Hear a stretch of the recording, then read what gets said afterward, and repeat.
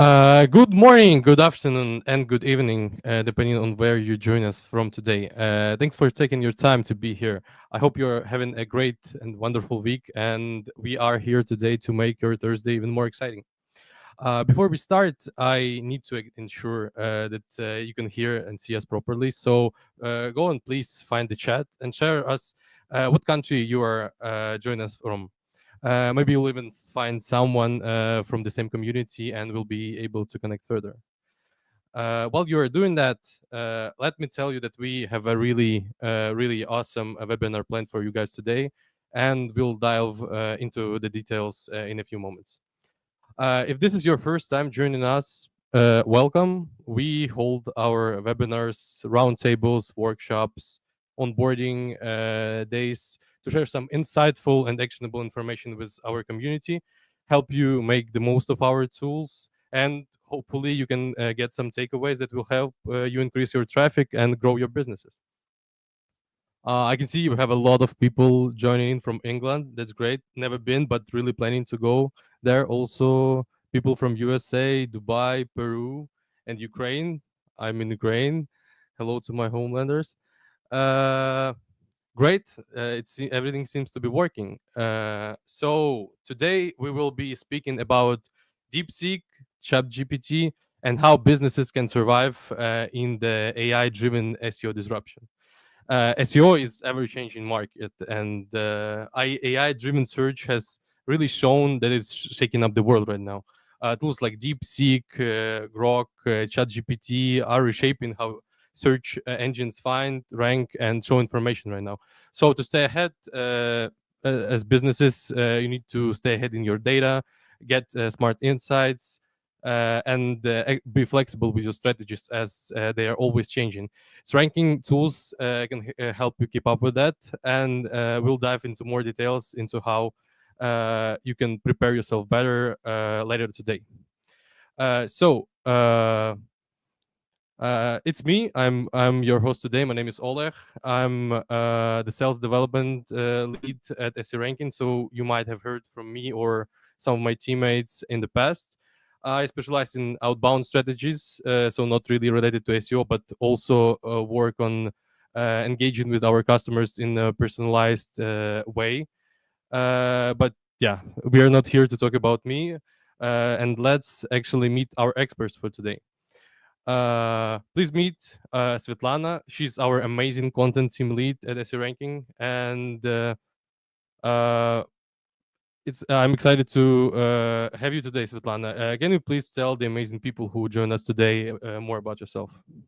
Sure, thanks, Alex. Thanks for having me today. So yeah, I'm leading the content team at SE Ranking. I keep an eye on all the content my amazing team creates, support the people behind that content. And one of my major goals is to actually keep our blog afloat amidst all the industry turbulence.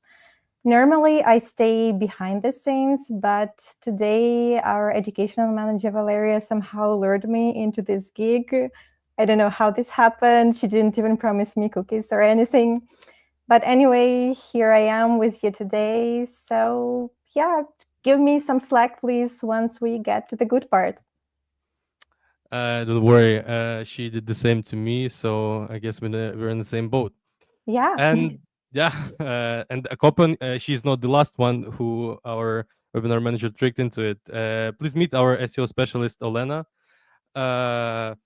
Hi I've known her everyone. for quite a few days, and yeah, Olena, please tell us and the people more about what you do at this ranking. Sure.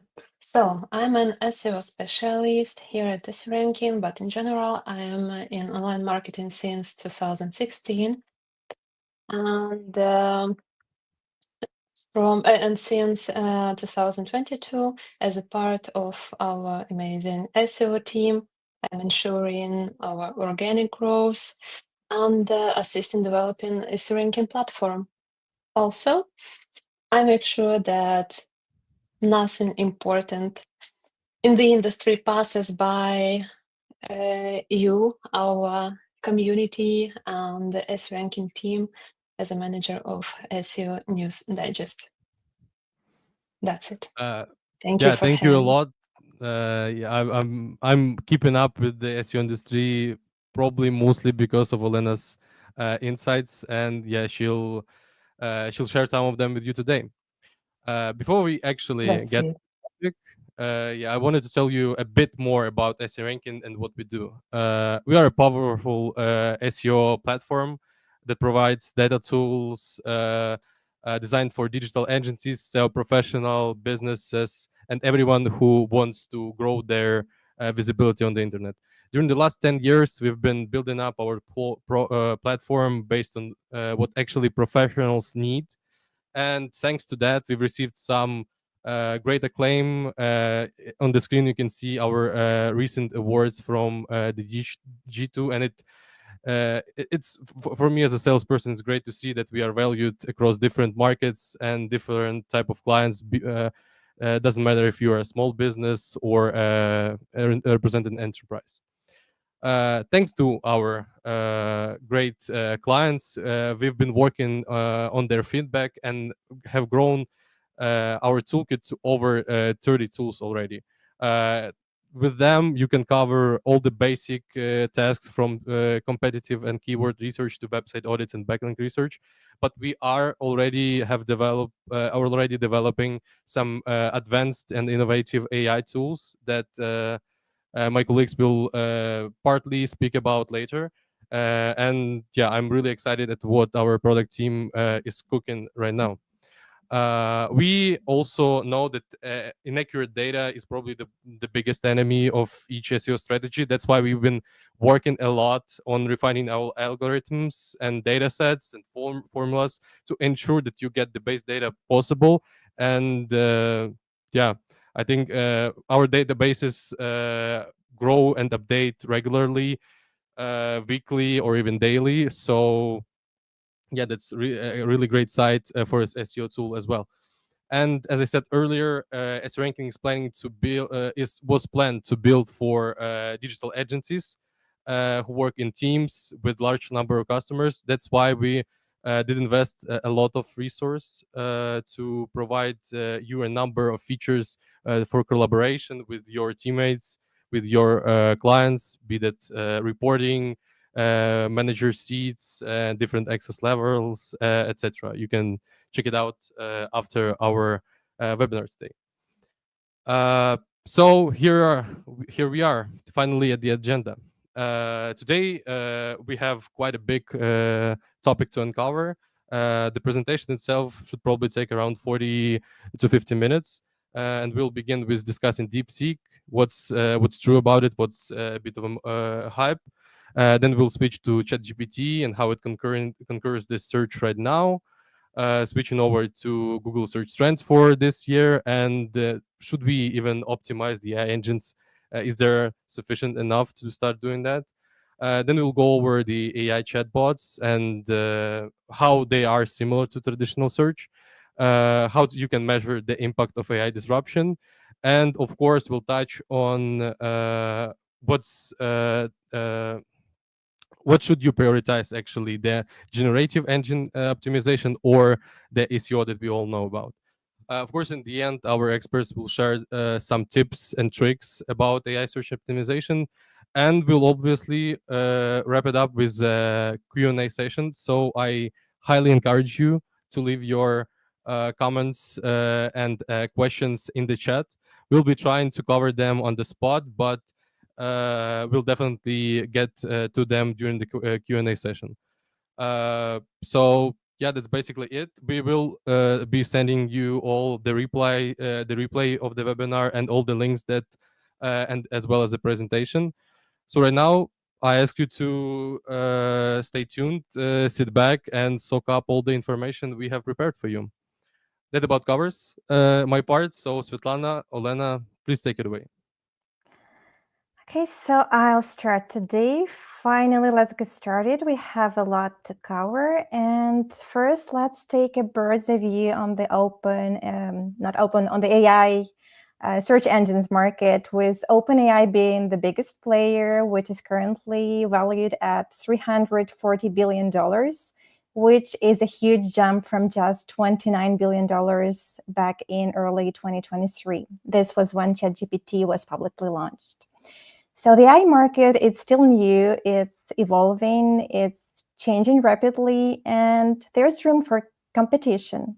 So basically, a software developer can come up with some groundbreaking, cutting-edge technology, get all over the news overnight, get millions of users just weeks after its launch. And to be honest, the technology behind the product doesn't even need to be that cutting-edge or groundbreaking, which is proved by the cases of DeepSeek and Grok.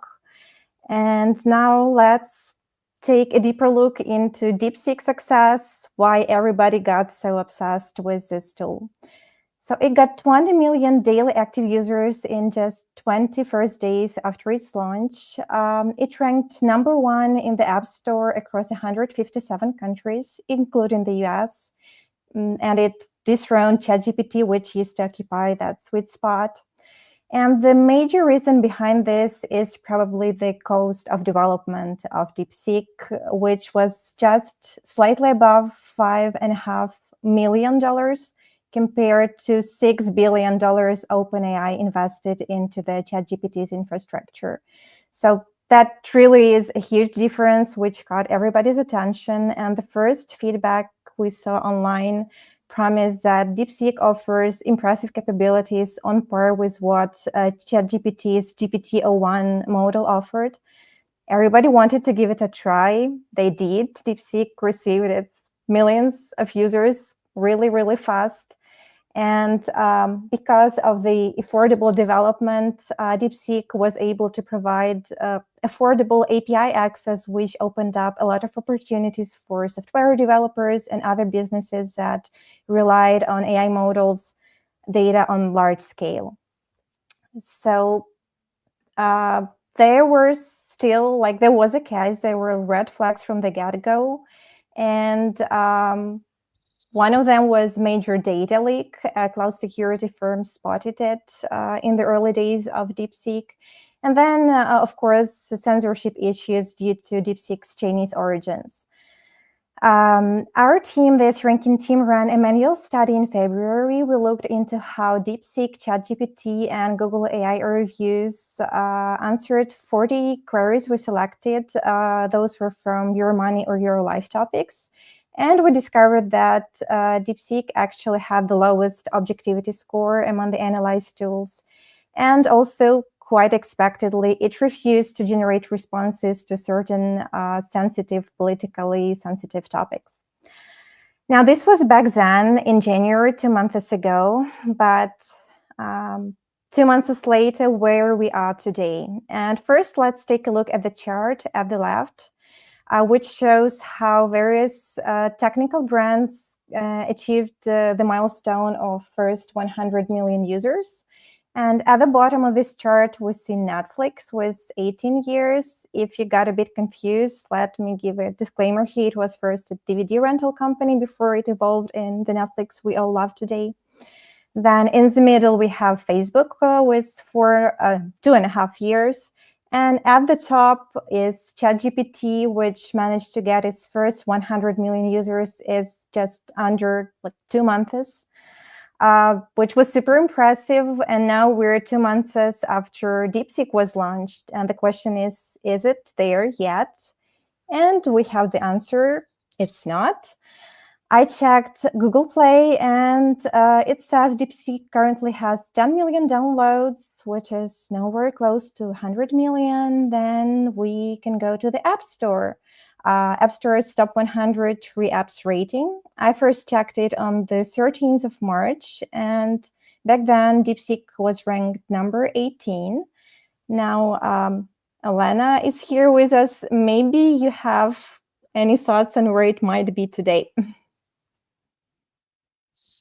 I don't know. Taking into account that the hype around it has calmed down, so probably, I don't know, somewhere around 19th position or lower. Lower, actually. It's not even there. Oh. It's not anymore in the App Store's top 100. And by the way, Grok3 is currently ranked number 65, but its position is also dropping day by day. So this is basically all I want to say about DeepSeek, guys. And let me sum it up with a quote from a great article on Grok3 by Victor Schmidt-Busch from my team. Go check it out on our blog. So the AI space race is ramping up. Each one is the best at something until it's not. And hopefully this answers the question you might have, like whether you need to closely follow all the new players in the AI engines niche when they appear, and they'll keep appearing, and like start optimizing for those engines. But what about ChatGPT? And here we have a study by Spark Toro, a fresh one from just last week, which says Google search is still 373 times bigger than ChatGPT search. Here they did really great job comparing apples to apples. And so in this direct comparison, we have 14 billion searches, which Google serves daily versus 37.5 million prompts from ChatGPT. As probably all of you know, like not all the prompts people enter into ChatGPT are search like comparable to what people do in traditional search. Actually, the majority of prompts, they are like asking for aid with programming, with creative writing, stuff like that. And what Spark Toro did is they compared searches with behavior in ChatGPT that has similar intent as Google search. Now, our team, this ranking team, we also conducted a study back in January this year, and we looked into the amount of traffic traditional search engines send to the website on average, and AI engines and their referral traffic, which they send to the websites. And the chart shows that the amount of referral traffic from AI engines keeps growing. It's actually growing rapidly, exponentially, I would say, for ChatGPT at least. Since August 2024, this is when GPT search was launched. And still, in spite of this rapid growth, the collective amount of traffic websites get from AI engines, and here I mean all AI engines, ChatGPT, Perplexity, Gemini, Bing's Copilot, Claude. So it all accounts for less than 1% of traffic a website gets. So AI engine search in general is still pretty small. So this brings us a question, should we keep focusing entirely at Google? Should we ignore AI engines? And the answer is not really. And here let's look at Google search trends, what's happening in Google. And definitely this is when AI reviews come into the picture. Currently, Google AI reviews serve over 1 billion people worldwide across more than 100 countries. They are not yet officially present in Europe, but they were spotted already in Germany, Spain, the Netherlands, and then in many other countries as well.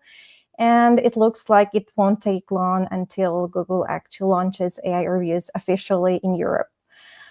As of November 2024, around 90% of all searches triggered AI reviews. This is data from our last AI reviews research. Throughout 2024, we conducted a series of researches looking into the number of, the share of AI reviews in the SERPs. We analyzed over 100,000 queries for that. And you can see from the chart that the number reached its peak in November 2024 by the end of the year. And the numbers were comparable to those of January 2024, when AI reviews were still in beta, and we named them HGs, or Generative Experience. Now, another important thing to take into account is average CTR.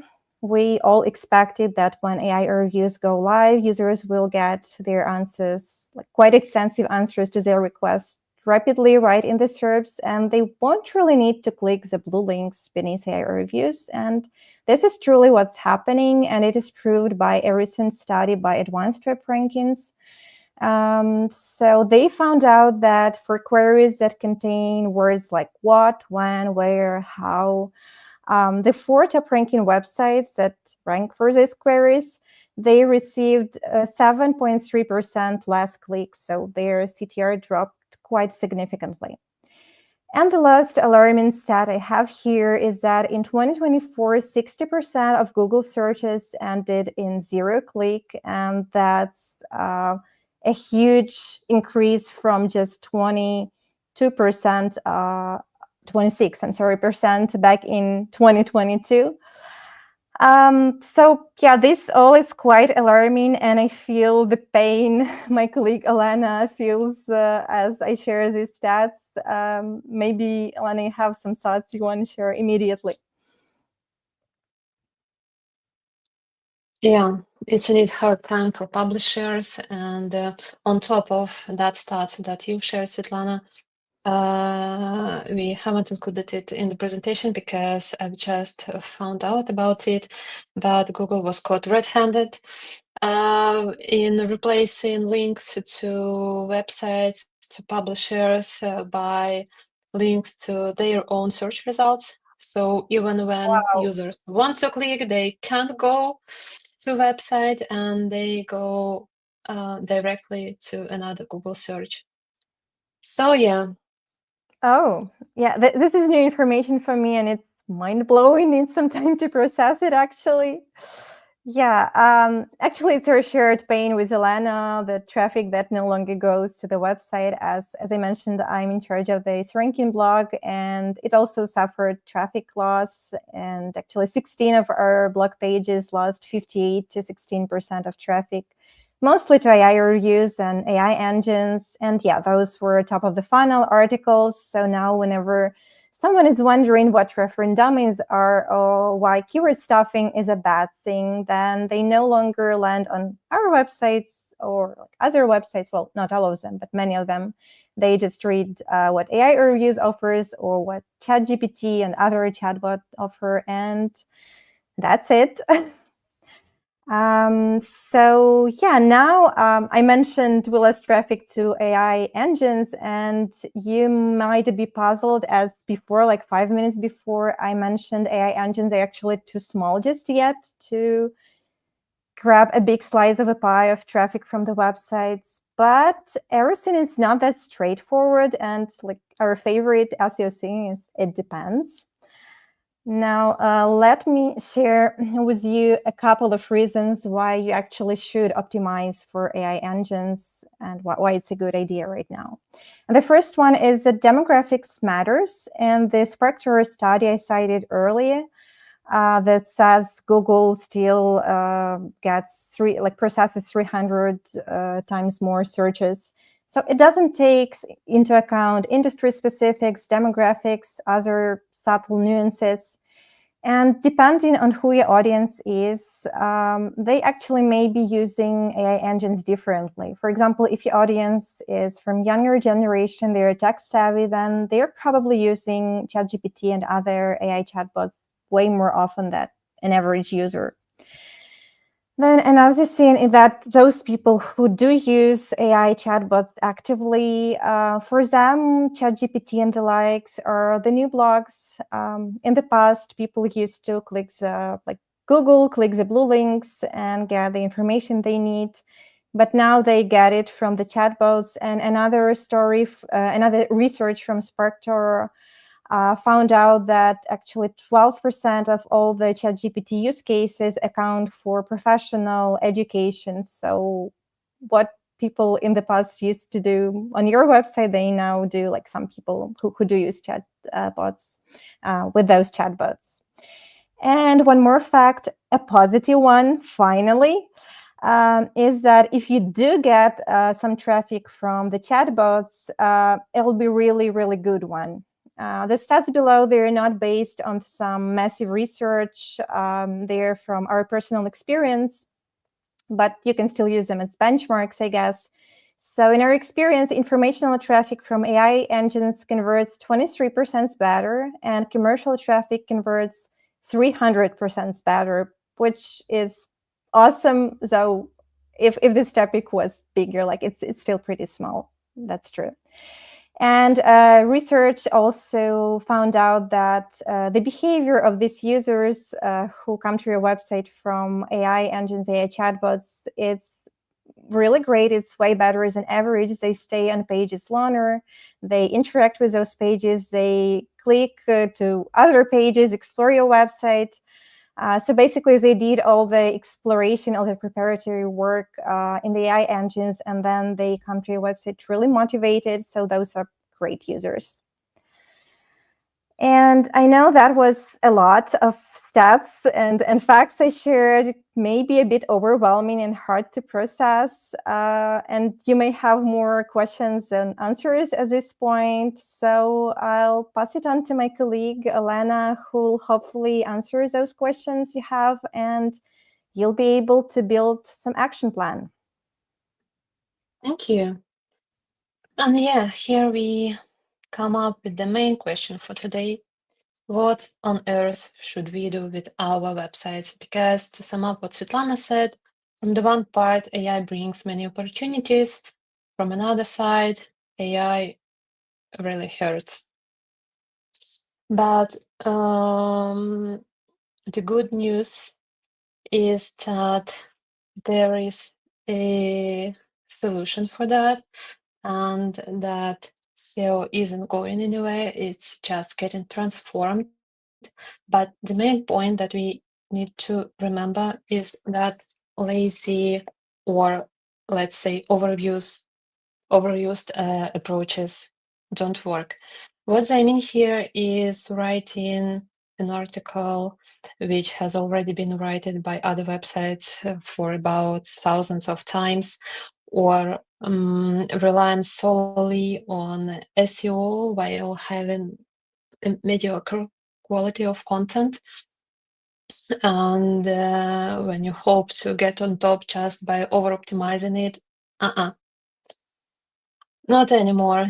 And what we need to do instead is to make a website as a digital reflection of our real, first-hand, unique experience, and just support it with SEO best practices.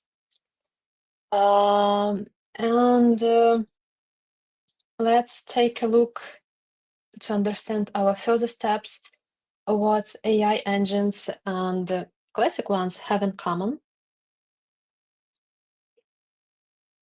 And both of them strive to meet user intent with the maximum precision. And here AI engines come even with some advantage, because they are not only tuned to understand the natural language better, but given that the user provides them more context, they can precisely understand what searchers want. Also, both search engines, both types of search engines, they mostly rely on well-known and reputable sources. They just eager to highlight to find first and then highlight some unique knowledge or newly emerged trends. And of course, as we're talking about tech stuff, any search engine needs bots for crawling, and it analyzes and ranks sources using algorithms. So we already seen it everywhere, right? We've already seen it somewhere, sorry, right? And does it mean that from this point we can just proceed with our regular SEO routine? Not exactly, because while classic search engines, they try to give us some guidance, at least, or hints on what we should do with our websites, and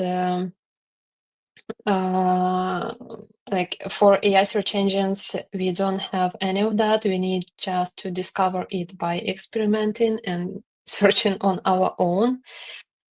And there is still many questions on how to measure our performance on AI engines. So I'm proposing you to dive deeper exactly in that topic. So how can we understand the impact of AI on our niche and on our traffic? And by the way, here you can see a sneak peek into SEO ranking AI rank tracker, which can be helpful for you in this endeavors. But what I'm going to propose you is a bit more comprehensive approach. So what we can do for now is just take the data from AI results tracker, support it with data from a regular rank tracker, let's say it's rankings tool or any other Google Search Console, and then we merge it into one document. But here is a quick note, because first it's better to have at least 1 month of data for that, to have enough of it for comparison and like for analysis. And the second thing is that in Google Search Console, the data can be anonymized when you apply filters and so on. So just keep that in mind. And here we have an example of how this result table might look like. You can adjust it, of course, you can have your own approach. And then maybe you'll need some additional columns and data filters, like you are free to optimize it. And I believe you'll soon be able to check a more detailed guide on it on our blog. So that is a thing concerning rankings. But what about traffic and Google Analytics? And in GA4, Google doesn't provide any default report or measure to track AI traffic for now, but we can create our own custom report. For this, we go to the exploration section and just apply a regex filter. You can see the example of that regex on the screen, but you are free once again to add or remove any source based on your needs.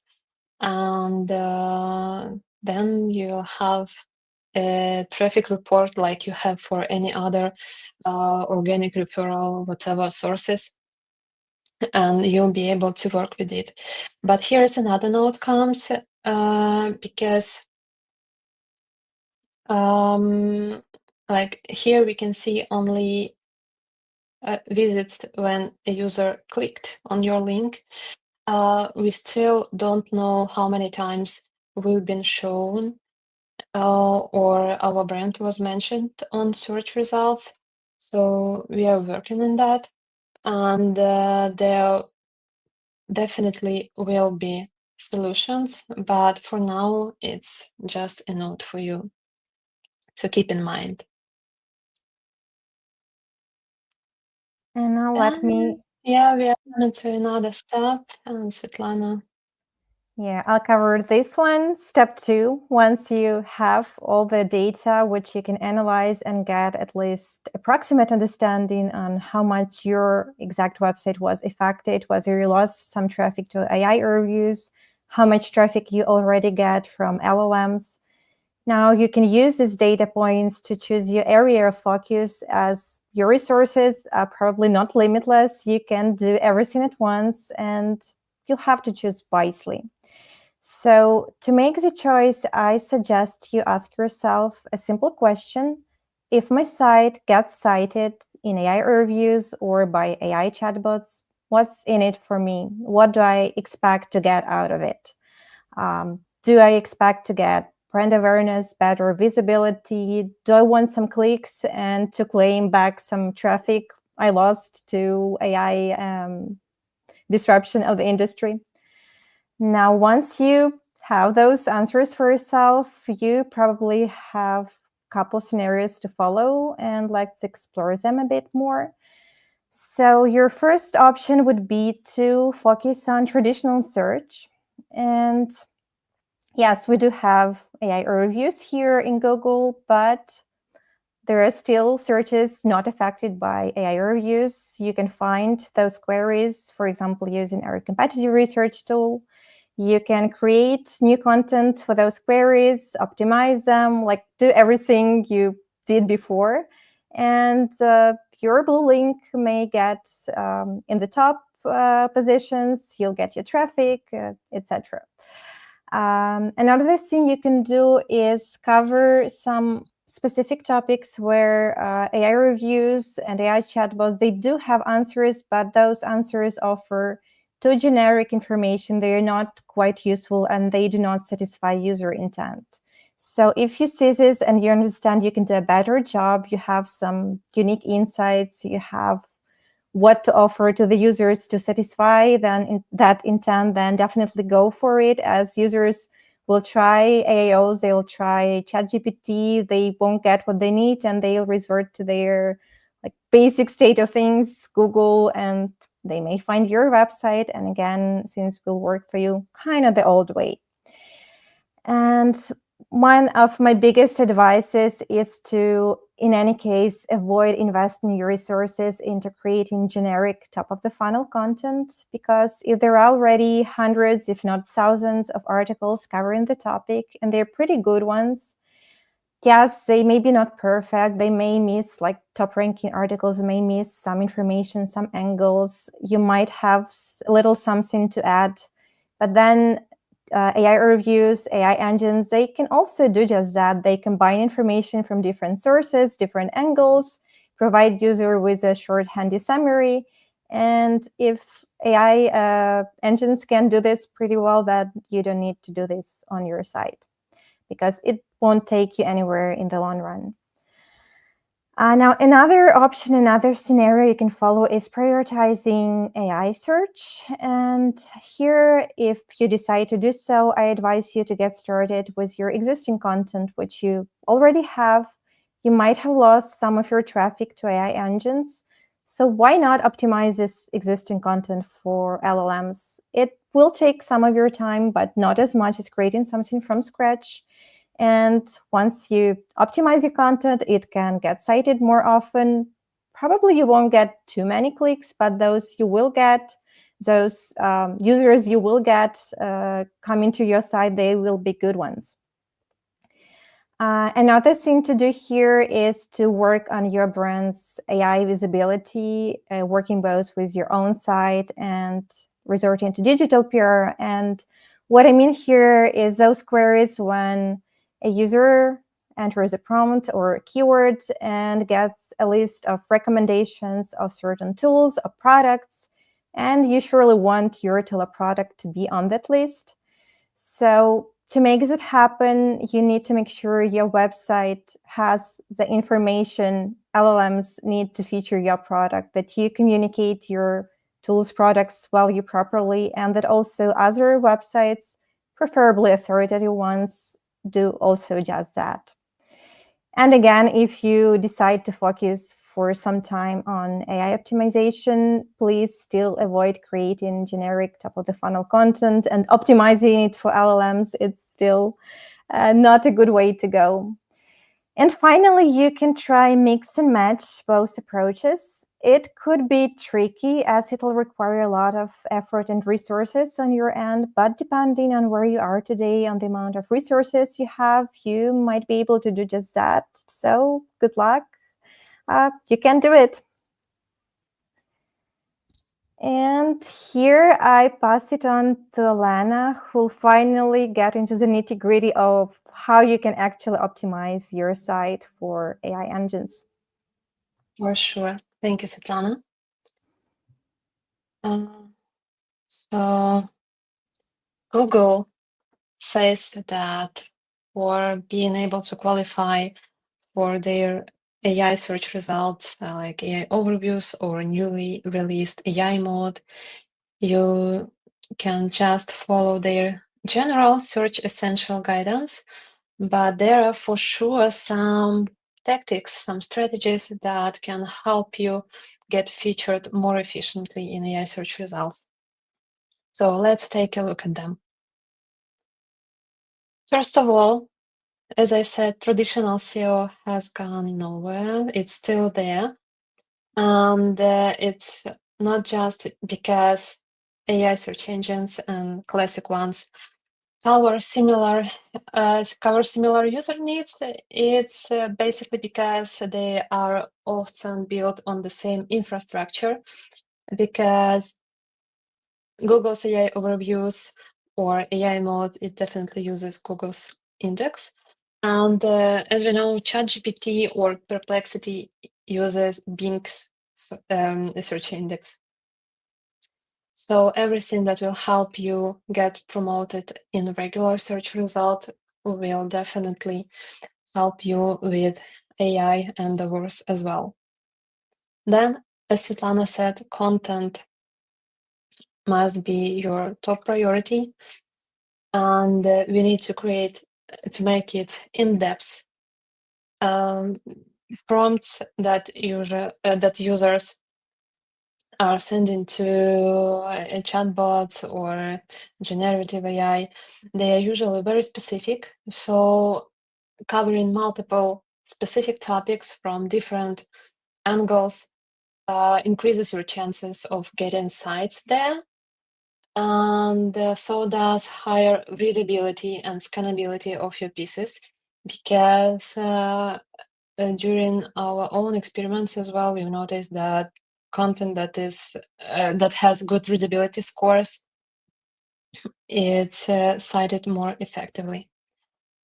And don't forget to update content, but of course, not just for the sake of having like a new date on your page, but when it's needed, indeed, when something has changed related to a topic, and like new data, stats, your own insights, because everything of that signals of relevance and freshness of the content, and search engines love that enormously. Our next point is showcasing expertise both for your entire website, your articles, your authors, and work on your brand credibility as well. Because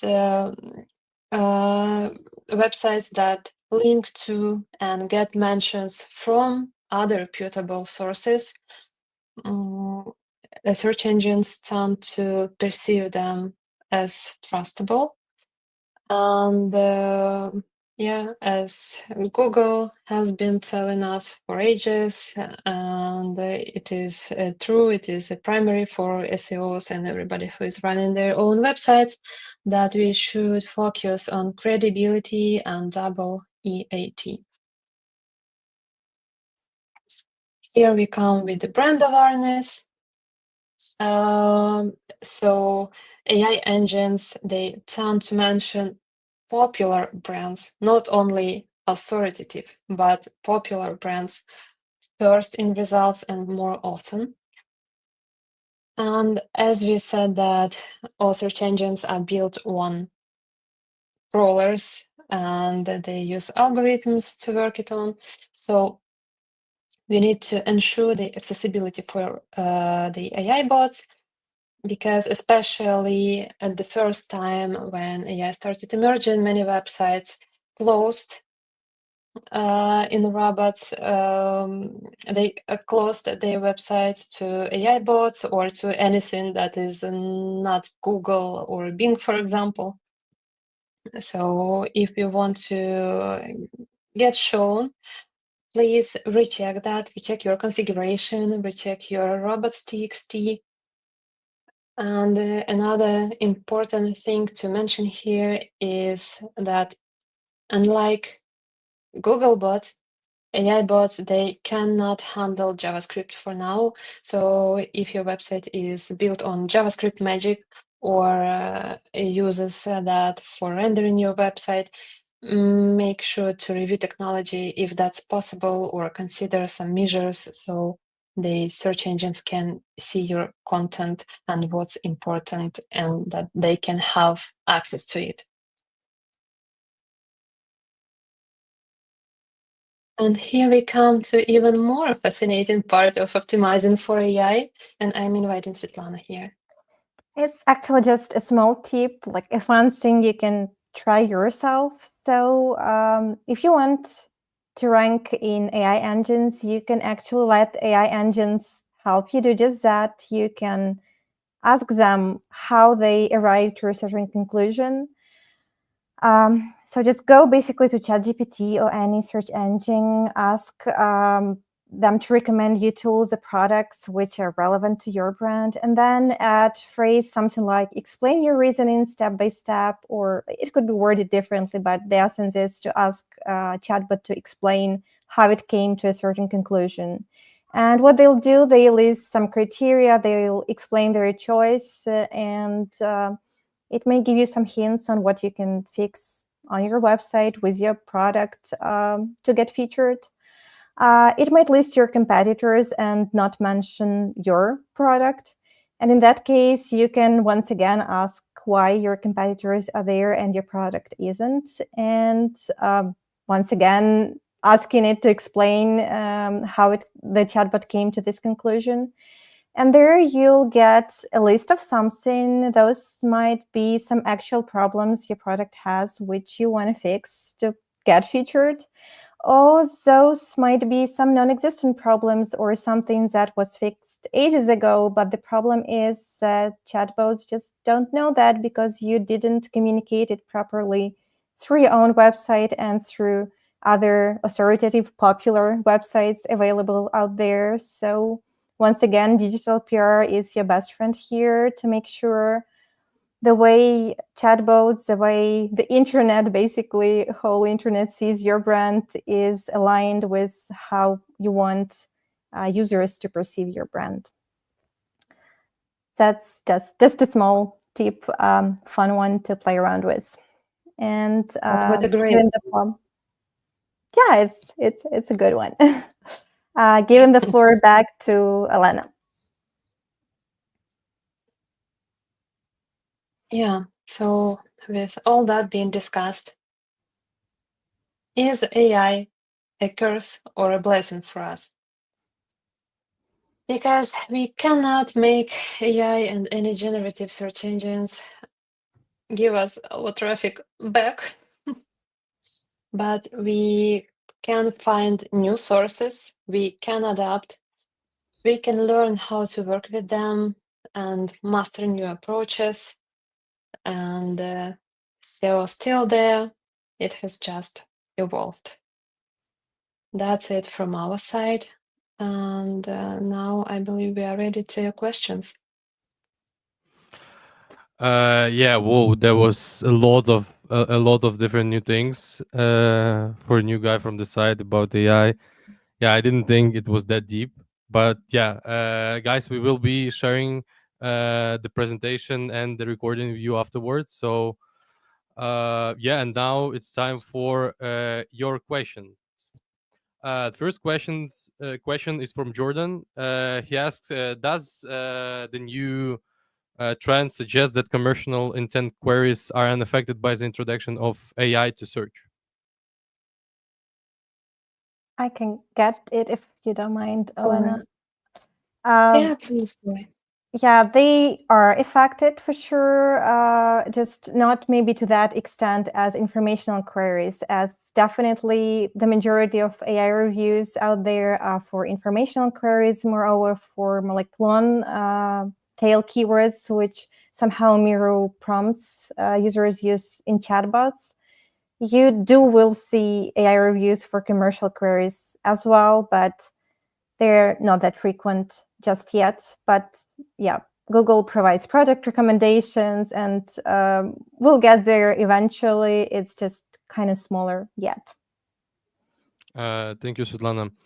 Next question is from Sarah. She's asking, isn't it too soon to hire someone to rewrite our website for LLM's SEO? Isn't this all still new?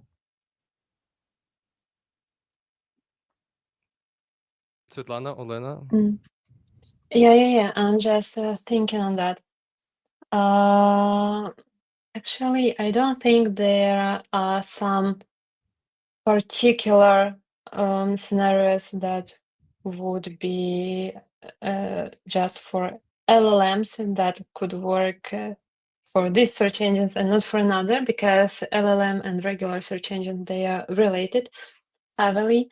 But what we should strive to is to improve the quality of our content, its comprehensiveness, and it will be, indeed a good practice. If you think that you might need another person for that, why not? But yeah, as I said, there's like some dedicated tricks just for LLMs. You should strive for the general improvement, the more comprehensive approach. I can add a few words maybe sure. here that, like both LLMs and Google, they all love nice, fresh, factual, well-structured content, especially well-structured content with all the bullet points and FAQs and proper age structure of the headings, things like that. So like doing that might help you get into LLM's replies, into AI reviews, but also may improve your regular rankings. And right, AI search is still kind of small, but AI reviews are not that small anymore. So, but again, as we discussed in the presentation, it all depends on your industry, your target audience, on the many things, and you can't do everything at once. So you just need to set your priorities and stick to those and follow some strategy. Great. Okay, so let's go to the next question from Amanda. She's asking, how can we measure and analyze the effectiveness of our SEO strategies when AI-driven search tools increasingly personalize results for users?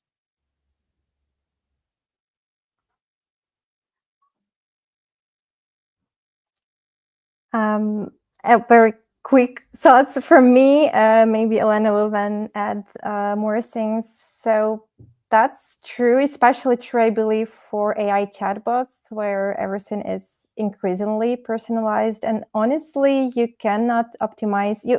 With AI engines, it's overall a bit different because we don't have like a list of target keywords, a couple of dozens of target keywords. We have endless prompts, really long one, which can change. So the essence here is more like how you want AI engines to perceive your brand, what they have in their database, and then have this good quality, well-structured content for them to cite if you want them to cite your informational content and invest your resources there.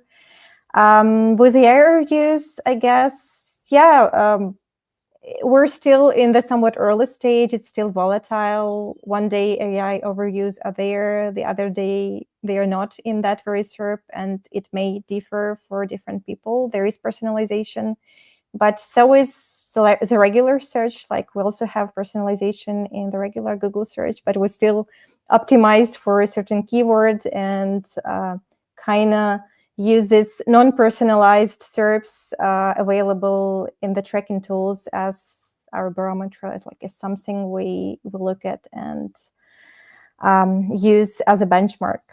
So I would probably handle it that way. Yeah, I would like to add that AI-driven search tools are indeed personalizing the results heavily, and we cannot just preview all the possible options that user could look for, but we can continue tracking our main targets and to observe how the performance on them has changed, and maybe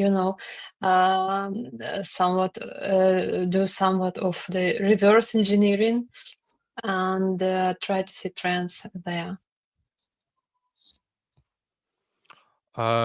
Thank you for your insights. And another question we got is from Ellie. A recent article mentioned that authoritative sites get better search results from AI.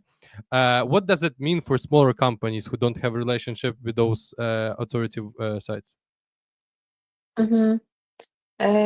It's a good one, and AI search and the regular one, they tend to highlight more reputable sites, but if we cannot compete in our domain power, let's say, in our website authoritativeness, we can compete in the data uniqueness and provide some unique data, so we are found by those long tail requests and start getting in front of the eyes of users, covering more precise queries, and the competition is not that high.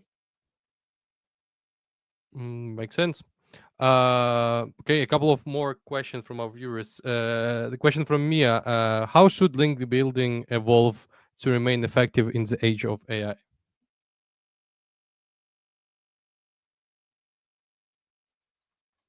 It's more an SEO scene, but again, like a short comment from me, based on what I saw recently. There was this research by Gross Memo, which mentioned that actually, when it comes to AI engine, there is no direct correlation between backlinks and domain authority and all those traditionally important SEO metrics, and getting mentioned more often by LLMs. So basically, LLMs don't care that much about backlinks, but what they care about is PR links, like which authoritative media websites mention your brand. So this is happening already, I guess, and maybe it'll get even bigger, link building transforming into more like digital PR work and making sure you not just get a backlink, but you get a valuable mention of your brand, of your content piece, of your of a person behind your product. PR is a key right now. We actually got another question from Hernan on the similar topic. He asked, can AI optimization be considered a strategy for backlink generation? Could AI eventually surpass the impact of backlinks in SEO in general? That's a good one. I've never thought from that perspective. To be honest, I don't know whether it will surpass the impact of backlinks, but it will be definitely a worth try strategy, because as we see how Google tries to keep users inside its own products, and possibly it's not AI that is that scary, but Google's try to monopolize the market, and AI search engines will probably be a more fair space for getting leads from, and get some benefits for your domain and your business. But the question is great. Yeah, I'll think on it. I will research on it. Thank you.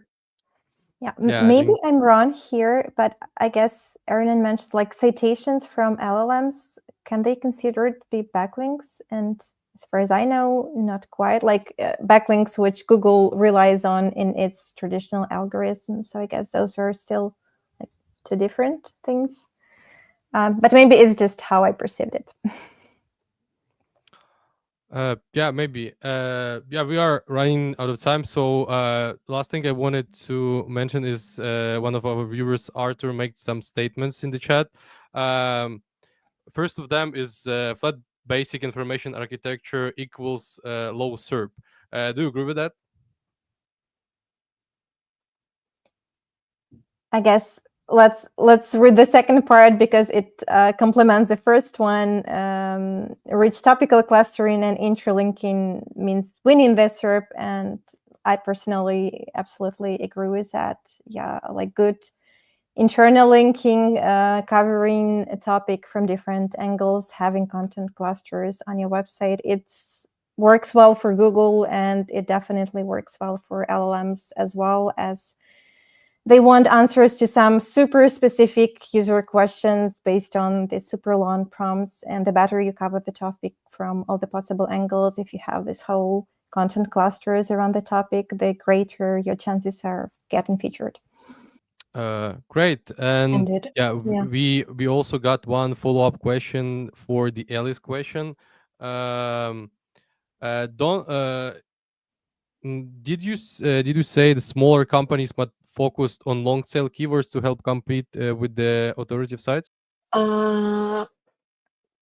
Let's not say that we should focus entirely on long tail keywords, but my main point here is that we need to look for areas where we can compete for the traffic and where we still can get in front of the eyes of users. And if that's not a strong domain yet, then probably we should look for more narrow user requests or more narrow areas in our own experience that we can share and that would be useful to users and that people could come for them. Makes sense. And we just got another question from viewer. What are some strategies that you think Google is doing right in terms of sustainability and efficient architecture design? Could you elaborate a bit, please, on that question? And yeah, in the meantime, guys, if you after watching the recording or right now have any more questions, be sure to forward them to our support team. They'll be also happy to help you and answer more extensively. Yeah, while we wait, maybe let me elaborate a bit more on the previous topic. It's something that I'm worried also a lot, like both Google and LLMs, they all kind of favor more popular, bigger brands right now. And that really is a problem for smaller businesses. And again, there was this research that demonstrated that more popular brands with greater brand power and actually higher search volume, that they get mentioned more often and at the top of the list by LLMs. So I don't have like a surefire solution to this, to be honest. But yeah, it's once again about digital PR getting mentioned, maybe not about some big media at first, some local media, something like start smaller and then work your way up. But it's definitely something where we need to invest our resources now. We actually got the follow up to the question. So as a follow up to what are some strategies that you think Google is doing right now in terms of sustainability and efficient architecture design, especially for the application design of websites. I think it's more related to. Yeah, I think we'll forward your question to our team to get a better understanding and a better answer. We also got another question from Arthur. How often do you do LLMs observe? Do observe LLMs are recrawling websites to update their data? I don't have the exact numbers just yet, but I do remember there was this research back in January which said LLMs are still like dozens times less active their crawlers than Google. So they do recrawl, but not that much and not that Order often. just make sure. So how often do we observe LLMs are recalling the data for the websites? I mean, I'm not for now. Yeah. Yeah, we haven't analyzed that question precisely, but we can share only the industry observation, as Svitlana said. But what we see as an emerging trend now is that people are even adding, like we have robots.txt, and they are adding LLMs.txt to their websites. So even if they visit the websites not that often, in the future, I believe it will emerge and we'll see them more like regular bots at the same level approximately. Good. I think this will be it for our Q&A session. Before we say our goodbyes, I have a few couple of outro slides that I would like to for you to accompany me through. First of all, I'd like to invite you, those who aren't using SE ranking just yet, to our extended trial. Here, if you use the QR code to sign up, you'll get an extended access to our platform that will be bigger than a regular trial. So yeah, be sure to check it out. And while doing that, I also recommend you use your business email to sign up, because you'll be getting a lot more benefits from the trial this way. And it will also be easier for us to provide you with even more value on your company. So basically, help us and help yourself. Also, we've got a great community that you can join using the QR code. There you will be able to find your peers in the SEO space to talk different search algorithms, features, even win some raffles from SEO ranking. And yeah, we'll be really happy to see you there. Um, if you are you're always looking for somewhere to study and get new knowledge about SEO, um, our existing customers have access to SEO Ranking Academy, and we've been working on it for a few years already. So the courses themselves range from beginner friendly to advanced. So yeah, if you are looking to get some courses in, this is a great place to start. And finally, if you are if you are like me, you like listen to podcasts in your free time or during your commute, highly suggest you follow our do follow podcasts. Uh, During the on those sessions, we speak with different SEO and marketing professionals regarding SEO marketing, search developments, and while speaking around that, they also give a lot of insightful tips. So be sure to check it out in your free time. Uh, this is basically it. Thank you a lot for joining us today for this topic. I hope that the AI situation in general got a bit clearer to you, and you are confident in how to prepare to rebuild or adjust your SEO strategy for this year. And yeah, make sure to follow us on our social medias wherever you go the most. We are on LinkedIn, Facebook, X, or Twitter. And also, if you want to dig into more webinars that we've had in the past, make sure to go to our YouTube channel because all of the replays are stored there. Also, as my colleagues mentioned, we have a lot of researches around AI overviews and generally on AI technologies. Some exciting ones are coming in a few weeks, so you can also check out our blog for that. And yeah, I hope you have a great day ahead of you, and thanks for joining us again. Bye, guys. Thanks everyone for being here.